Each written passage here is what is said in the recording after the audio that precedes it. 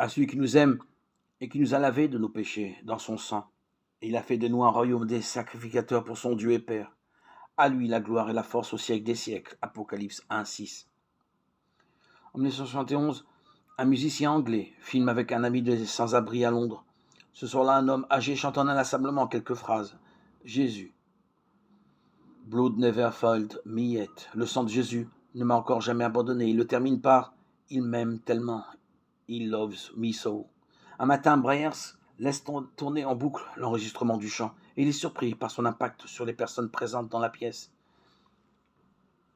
Il décide alors d'enrichir la voix d'un accompagnement orchestral qui, dit-il, respecte la noblesse et la foi simple du mendiant.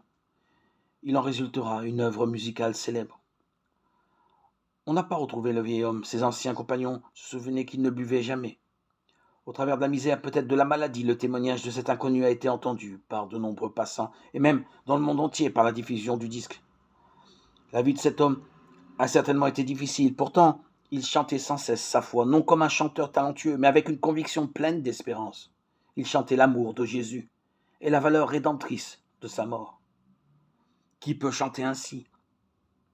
Celui qui est rendu juste par la foi en Jésus-Christ. Cette justice de Dieu est offerte à tous les hommes, quel que soit leur rang social, mais elle n'est attribuée qu'à ceux qui l'acceptent. Romains 3, 22. Le prix de cette justification est très élevé. Nous avons été rachetés par le sang de Jésus-Christ. 1 Pierre 1, 18, 19. Pouvons-nous aussi chanter « Il m'aime tellement »